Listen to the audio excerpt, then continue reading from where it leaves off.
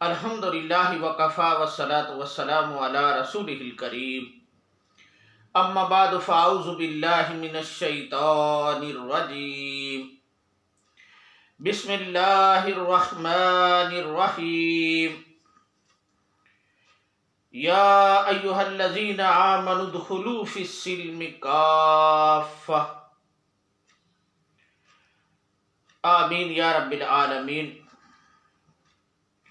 محترم سامعین و ناظرین،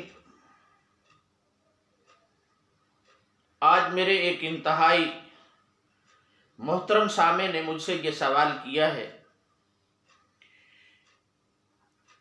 کہ اسلام کیا ہے، اس پر ایک ویڈیو بنانی چاہیے۔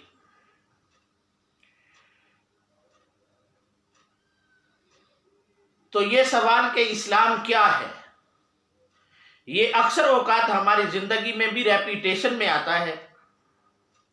وہ کیسے کہ جب ہم سے یہ سوال کیا جاتا ہے اکثر مسلمانوں سے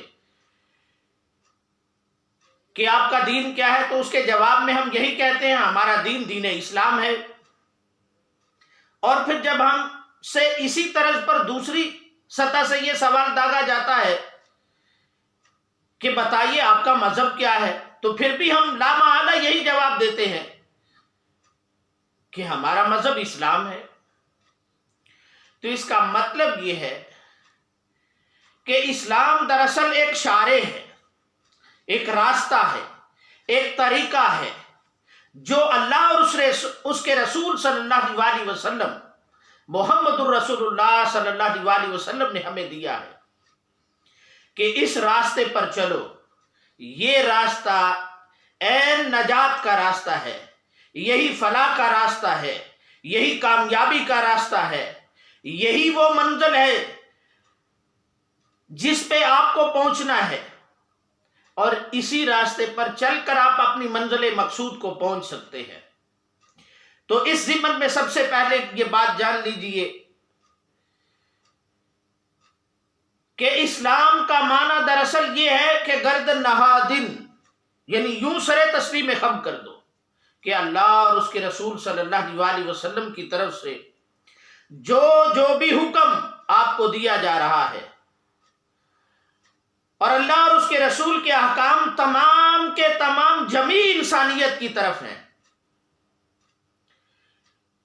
کیونکہ ہم سب اللہ کی مخلوق ہیں، ہم اللہ کے بندے ہیں، اللہ ہی ہمارا خالق ہے، اللہ ہی ہمارا مالک ہے۔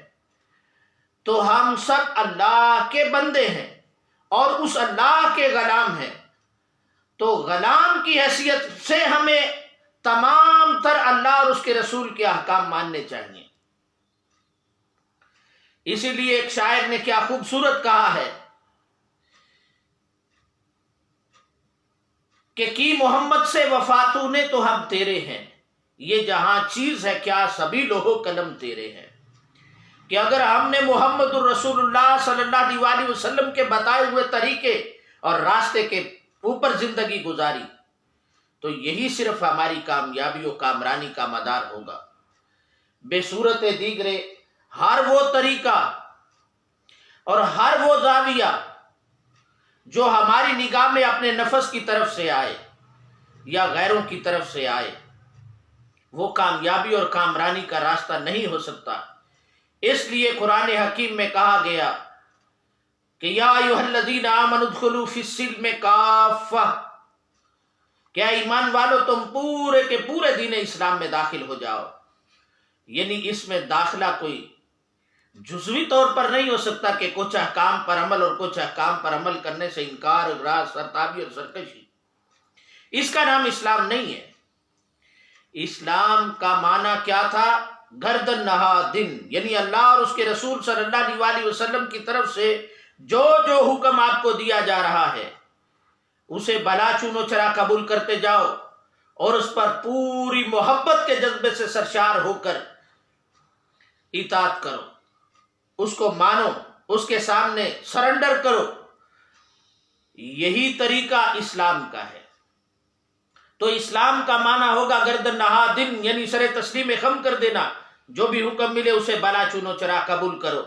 اس رویے کا نام اسلام ہے۔ اس لیے قرآن حکیم میں تقاضا پیش ہوتا ہے کہ یا ایھا الذین آمنوا ادخلوا فی السلم کافہ، کہ اے ایمان والو تم پورے کے پورے دین اسلام میں داخل ہو جاؤ۔